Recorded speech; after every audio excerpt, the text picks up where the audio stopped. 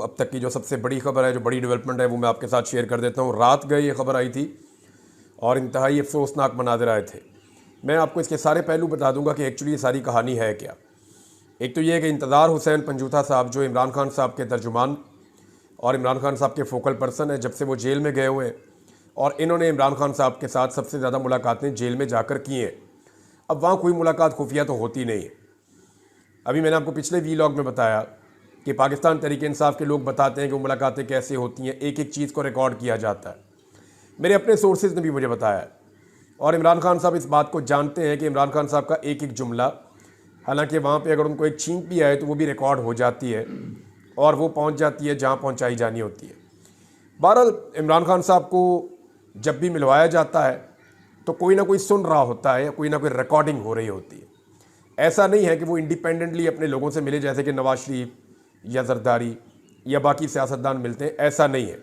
ये सहूलत बाकियों के लिए थी, इमरान खान के लिए ये सहूलत मैसर नहीं है। बहरहाल इंतज़ार हुसैन पंजूथा साहब को 8 अक्टूबर को अगवा कर लिया गया था और पूरा पाकिस्तान जानता है कि क्यों अगवा किया गया।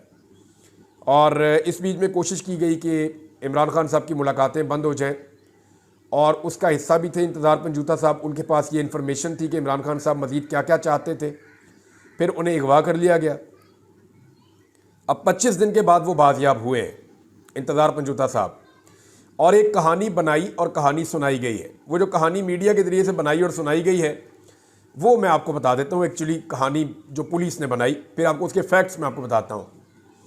कहानी ये कहती है, जो तर्जुमान है पुलिस का, उसके मुताबिक हसन अब्दार में नाकाबंदी की थी, मशकूक गाड़ी आई, उसको रोका तो गाड़ी में सवार अगवाकारों ने पुलिस पर फायरिंग शुरू कर दी और एक शख्स को अगवा करके लोग लेकर जा रहे थे अगवाकार। पुलिस ने जवाबी फायरिंग की। अगवाकार जो है वो मगवी को और गाड़ी को छोड़कर भाग गए। उसके बाद ये एक वीडियो जारी की गई, यानी ये कहानी है पुलिस की। तो हमने जाके बंदे से पूछा। अब वहाँ पे पुलिस जो है वो वीडियो बनाती है और वीडियो बनाकर उसको फौरी तौर पे पोस्ट कर दिया जाता है, वो पब्लिक हो जाती है। अब इस कहानी में कुछ गलतियाँ हुई हैं। कहाँ गलतियाँ हुई हैं जिन्हें दुरुस्त करना चाहिए था? नंबर एक, एक्टिंग बिल्कुल फ़ारग थी। जिस पुलिस वाले की ड्यूटी लगाई गई, मुबैना तौर पे थोड़ा अर्सा पहले इसको यहाँ पे लेकर आया गया है इस थाने में, क्योंकि यहाँ वकूआ बनना था तो यहाँ पे कुछ अर्सा पहले आया ये बंदा। तो इसकी एक्टिंग बिल्कुल फ़ारग थी, वो एक्टिंग बेचारा कर नहीं पाया। इसके जो सवालात थे वो बचगाना थे और स्क्रिप्टेड लग रहे थे पहले से ही। फिर इसने पूछा कि आपका नाम क्या है? इंतज़ार पंजूथा था वहाँ पे ऐसे पीछे हाथ उनके बंधे हुए थे, पाँव भी बंधे हुए थे। अच्छा, पाँव नहीं बांधे जाते, क्योंकि मैं ट्रैवल करता रहा हूँ, 6 दफ़ा मुझे ट्रैवल करवाया गया, तो पाँव नहीं बांधे जाते, हाथ बांधे जाते हैं, ये बात ठीक है। आंखों पे पट्टी बांधी जाती है, सर पे एक बोरा चढ़ा दिया जाता है, हाथ पीछे बांध दिए जाते हैं। बाद औक़ात 1-2 दफ़ा ऐसा भी है कि आगे भी बांध दिए गए, एक आध दफ़ा हाथ नहीं भी बांधे गए, ऐसा भी हुआ। तो बहरहाल ये इंतज़ार पंजूथा साहब को बांधा हुआ था और ये पूरा स्क्रिप्टेड लग रहा है, क्योंकि वहाँ उसने नाम पूछा तो इंतज़ार हुसैन पंजूथा साहब ने कहा कि इंतज़ार मेरा नाम है। उसने कहा आपका नाम क्या? उन्होंने कहा इंतज़ार। तो उसने दोहराया कि इंतज़ार हुसैन नाम है। उसे कैसे पता चला कि इंतज़ार के बाद हुसैन आता है? और वो ये साबित कर रहा था या शो कर रहा था अपनी वीडियो में कि मैं इस शख्स को जानता ही नहीं, मुझे पता ही नहीं है ये वकील है या ये वो बंदा है जिसको पूरा पाकिस्तान ढूंढ रहा है। ये कितना नकम्मा पुलिस वाला है इंस्पेक्टर, जिसे ये नहीं पता कि ये शख्स जो गाड़ी में मिला है इसको पूरा पाकिस्तान ढूंढ रहा है, इसके ऊपर केसेस चल रहे हैं, पूरा पाकिस्तान का सोशल मीडिया इस पर भरा पड़ा है। वो वीडियो तो बना रहा है लेकिन वो अनजान बन रहा है कि मैं इसको नहीं जानता। फिर नाम पूछता है आपका नाम क्या है? उन्होंने बोला इंतज़ार। अच्छा, इंतज़ार हुसैन। तो जब इंतज़ार हुसैन बोल दिया तो इसका मतलब है उसे पहले से पता था कि इंतज़ार हुसैन पंजूथा है जी मेरे पास। पूरा नाम उसने खुद ले लिया, ये भी एक गलती की उसने। फिर जनाब वो थाने में बिठाकर, अब इंतज़ार साहब रो रहे हैं, उनकी बुरी हालत है। मैं समझ सकता हूँ ये बहुत तकलीफ़देह मरहला होता है। जिस शिद्दत का उन्होंने सामना किया है मैं उसका अंदाज़ा कर सकता हूँ। इंसान बुरी तरह टूट जाता है। ये 25 दिन नहीं है, 25 साल है। जो लोग जेलों में गए ना वो शुक्र करें अल्लाह का, बल्कि वो भी नहीं करना चाहिए, अल्लाह की नाशुक्री किसी हाल में नहीं करनी चाहिए। जो लोग जेलों में गए वो तकलीफ़ कुछ भी नहीं है, कुछ भी नहीं है वो तकलीफ़। ये जो कैद तन्हाई के अंदर ऐसे अगवा करके डाल दिया जाता है ना, वो जिस लेवल का टॉर्चर और ज़हनी टॉर्चर है आप उसका अंदाज़ा नहीं लगा सकते। जो लोग उस टॉर्चर से गुजरे हैं वो ये बताते हैं और सबको इस बात का अंदाज़ा है और मेरा उनके साथ कंसेंसस है कि ये 1 साल 1 दिन के बराबर होता है, इतनी तकलीफ होती है इसमें। तो इंतज़ार पंजूथा साहब जैसे मजबूत आदमी की आपने हालत देखी कि क्या बना दी, तो ये बहुत मुश्किल है। मैं इसको समझ सकता हूँ, उनकी तकलीफ को मैं जान सकता हूँ। अब पाकिस्तान का बच्चा जानता है कि इंतज़ार पंजूथा साहब गायब है, लेकिन वो पुलिस वाला जो है वो ये शो कर रहा है कि जैसे मुझे नहीं पता, और कहता है जी हम तो आपके लिए फरिश्ते बन के आ गए। फिर उन्हें पानी पिलाया जा रहा है, उनसे एक कहानी गढ़वाई जा रही है कि बताएं जी आप कहाँ थे, किस इलाके में थे, क्यों थे, बंदे कौन थे। फिर एक बयान जारी कर दिया गया बाद में, लेकिन चले उस पर आते हैं बाद में। इंतज़ार पंजूथा साहब का जो इब्तदाई तौर पे बयान लाया गया, उसमें यह कहा गया जी अगवा बराए तावान के लिए उनको अगवा किया गया था और 2 करोड़ रुपए का डिमांड किया गया था। अब यहाँ पे भी कहानी में झोल है। पहले आप वो स्टेटमेंट देख लें जो उनका जारी किया गया है। स्टेटमेंट ये कहता है कि जी मुझे 8 तारीख को गाड़ी ने एक ने टक्कर मारी। मैं आपको मुख्तसर बता रहा हूँ, गाड़ी ने जनाब अली टक्कर मारी और टक्कर के नतीजे में जो है वो फिर 2 लोग उतरे और वो पठान थे, वो पश्तो बोल रहे थे। उन्होंने मुझे अगवा कर लिया, मेरा मोबाइल उन्होंने ले लिया, मुझे नामालूम मकाम पर वो ले गए। फिर मेरे घर वालों से 2 करोड़ का मुतालबा किया। उन्होंने कहा पैसे मिलेंगे तो छोड़ देंगे। मेरे पर बार बार बहुत तशद्दुद किया। आज वो मुझे लेकर निकले, उन्होंने 2 गाड़ियाँ बदली, मुझे बांधा हुआ था, पुलिस ने उन्हें रोका, फायरिंग हुई, वो फरार हो गए और मैं बाजियाब हो गया। मैं किसी किस्म का मेडिकल नहीं करवाना चाहता। ये है जी पूरी कहानी जो बनाई गई है। अब इस कहानी में बहुत सारे झोल हैं। एक तो ये है कि जो अगवा बराए तावान होता है ना, इसका सदियों से एक उसूल है। अब जब से टेलीफोन बन गया है तब से तो एक ही उसूल है कि जो मगवी है जिसको अगवा किया गया है उसकी उसके घर वालों से या जानने वालों से बात करवाई जाती है टेलीफोन पे कि जनाब ये देख लें, ये बंदा आपका हमारे पास है, हमारी ये डिमांड है, आप ये पूरी कर दें, ये बंदा आपको वापस मिल जाएगा। तो अगवा बराए तावान का तो सादा उसूल है। सदियों से इसका उसूल ये चल रहा है कि जो अगवाकार है उसको ये साबित करना होता है कि आपका बंदा मेरे पास है और वो बंदा अभी सही है और मैं आपको वापस करूंगा, मेरी ये डिमांड है, ये पूरी आप कर दें। माजी में ये होता था कि उसकी कोई निशानी भेज दी जाती थी कि ये देखें जी आपका बंदा हमारे पास है, उसकी निशानी आप देख लें। उसकी कोई चीज़ भिजवा दी जाती थी या उससे कोई ऐसी बात पूछ के घर वालों को बताई जाती थी जो सिर्फ वो और उसके घर वाले जानते थे, या कोई ऐसा राज वो बंदा बताता था जो जाके घर वालों को बताया जाता था तो वो चेक करते थे, वो चीज़ वैसे ही होती थी, तो उन्हें यकीन आ जाता था कि ये अगवाकार ठीक है, बंदा इसके पास ही है। फिर वो डिमांड करता था, डिमांड पूरी हो जाती थी। ये अजीब अगवाकारी है कि मेरी बार बार बात होती रही, रोज़ाना बात होती रही इंतज़ार पंजूथा साहब के घर वालों से, उन्होंने एक दफ़ा भी नहीं कहा कि कोई तावान का मुतालबा हुआ है।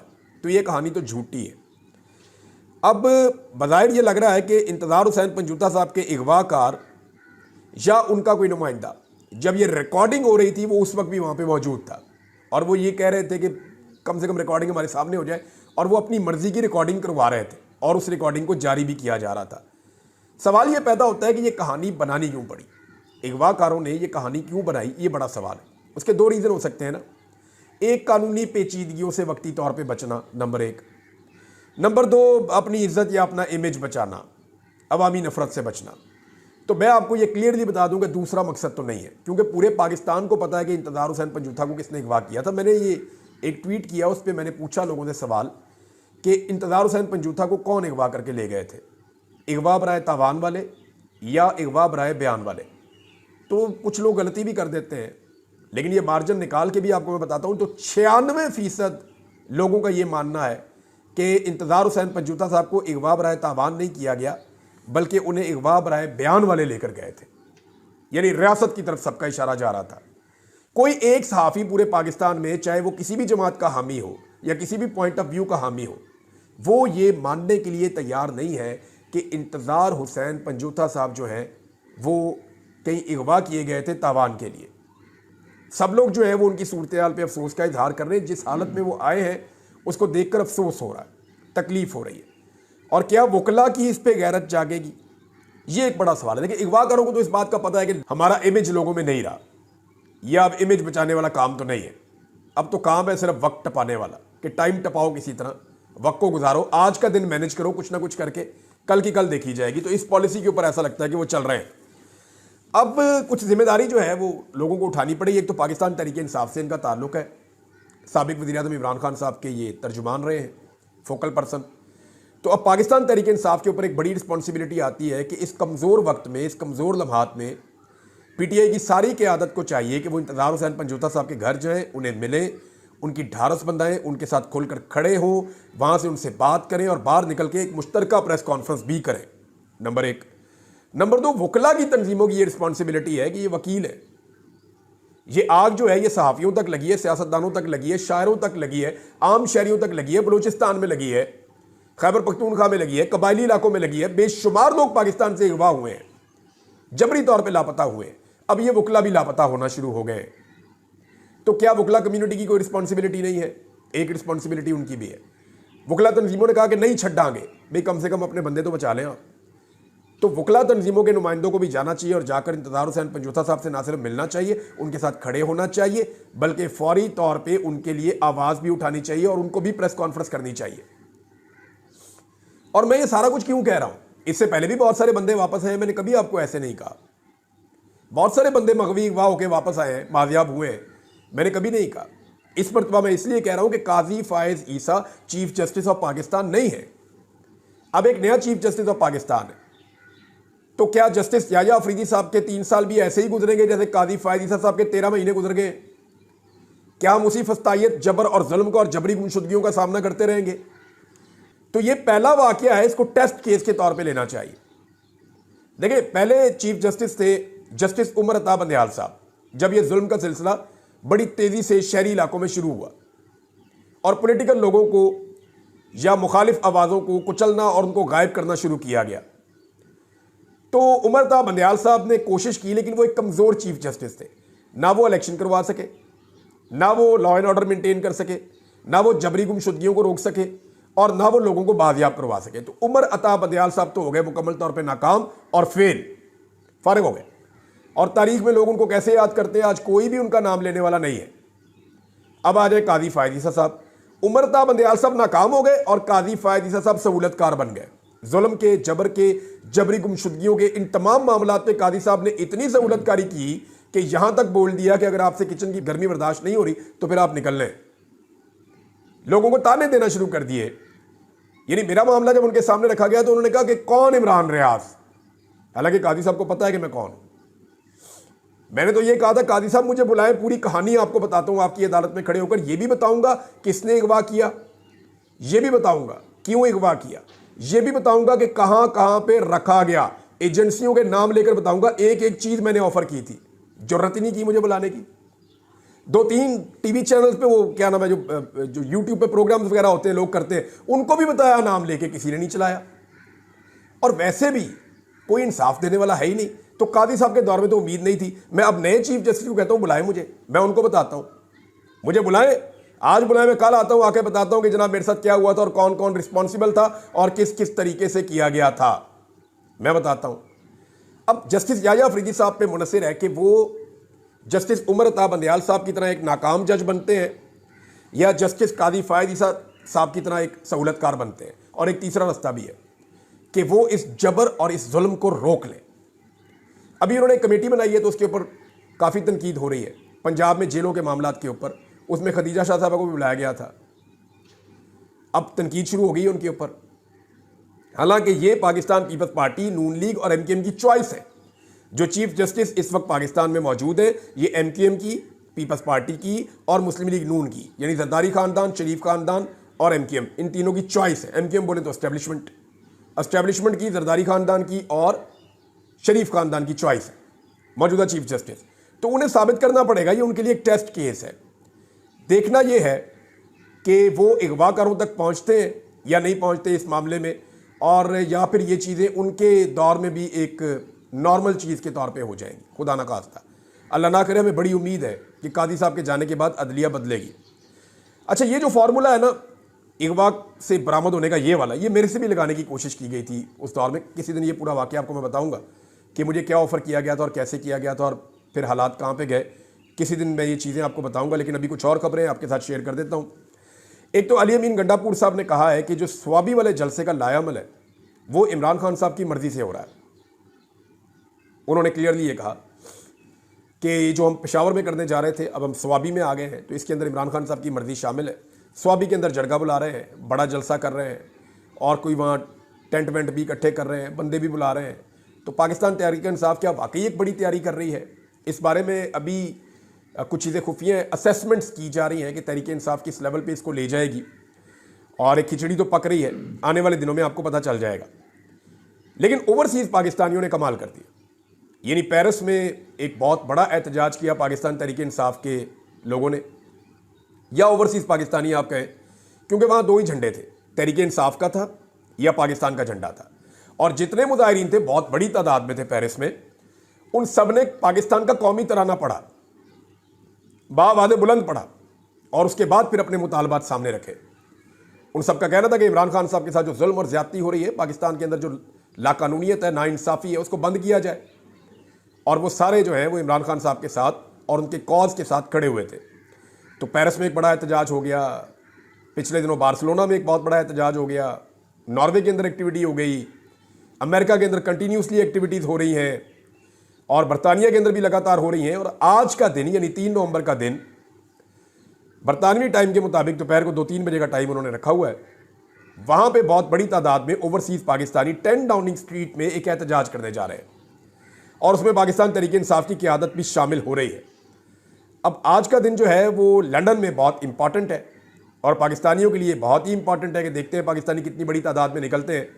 अगर वहाँ पे एक बाअसर मुजाहरा करने में कामयाब हो गए तो पाकिस्तानी इस्टेब्लिशमेंट के ऊपर बहुत दबाव पड़ेगा, क्योंकि मगरिब से आने वाले दबाव को पाकिस्तानी इस्टेब्लिशमेंट बहुत ज़्यादा महसूस करती है।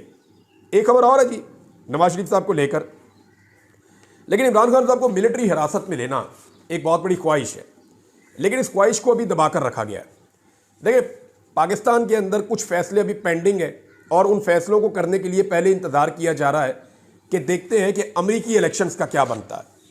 जिस वक्त अमरीकी इलेक्शंस का नतीजा आएगा तो उसके बाद फैसला किया जाएगा कि इमरान खान साहब के हवाले से कुछ जो बड़े फैसले हैं जो पेंडिंग है उनका करना क्या है। पीआईए को खरीदने में दिलचस्पी जाहिर की है नवाज शरीफ साहब ने। देखें, ये वो मुल्क है जहाँ पे 40 अरब रुपए की मुबैना तौर पे फायर वॉल का काम किया गया था। खबरें यही आई थी ना, 40 अरब रुपया लगा दिया जी, फायर वॉल आ गई जी, अरब रुपया लगा दिया फायर वॉल के ऊपर जी। बहुत सारे लोगों को 30 अरब कह रहे थे, कोई 40 अरब कह रहा था। उस मुल्क में पीआईए की इतने बड़े एसेट की जो कीमत लगी है वो 10 अरब रुपए लगी है। अंदाजा कीजिए आप, जब ये 10 अरब लगी थी ना, मुझे तभी शक हो गया था कि कोई इसको खरीदना चाहता है। तो अब नवाज शरीफ ने कहा जी मेरी बेटी खरीदना चाहती है, और ये ऐसा नहीं है कि पंजाब हुकूमत खरीदेगी, इसका एक कंसोर्शियम बनाया जाएगा। अपने कुछ बिजनेसमैन, कुछ कम्युनिटी के लोगों को इसमें शामिल किया जाएगा, कुछ हिस्सा प्राइवेटाइज किया जाएगा, कुछ पंजाब हुकूमत लेगी, और कुछ थोड़ा सा फेडरेशन के पास रहने दिया जाएगा। ये गेम डाली जा रही है, और पीआईए को ओने पोने लेने की तैयारी हो रही है। और तो और जो है वो महारानी साहिबा ने यह भी कह दिया कि जनाब इसका नाम जो है वो पंजाब एयर रखा जाए। अब इनके किए किराए पे पानी डाल दिया खैबर पख्तूनख्वा ने। उन्होंने कहा जी हम भी खरीदार हैं, फिर पीआईए हमें दे दीजिए, हम इसका नाम भी पाकिस्तान एयरलाइन ही रहने देंगे, और जो पैसे आपको अभी तक ऑफर हुए उससे ज़्यादा पैसे हम दे देते हैं, ये हमें दी जाए। तो पाकिस्तान के एसेट्स को देखें ये कैसे लेते हैं। यानी इन्होंने ऐसा समझा कि बाप का माल है, लूट का माल है, ले जाओ लूट के। पहले भी बेशुमार चीज़ें बेची हैं, अपने ही लोगों को बेच दी हैं, अपने ही इन्वेस्टर्स को बेच दिए, उसका फ़ायदा उठा लिया। और अब पीआईए को भी ऐसे ही समझ रहे हैं ये, भाई ये एयरलाइन चल सकती है, जो भी खरीदेगा चलाने के लिए खरीदेगा ना, नफ़ा कमाने के लिए खरीदेगा।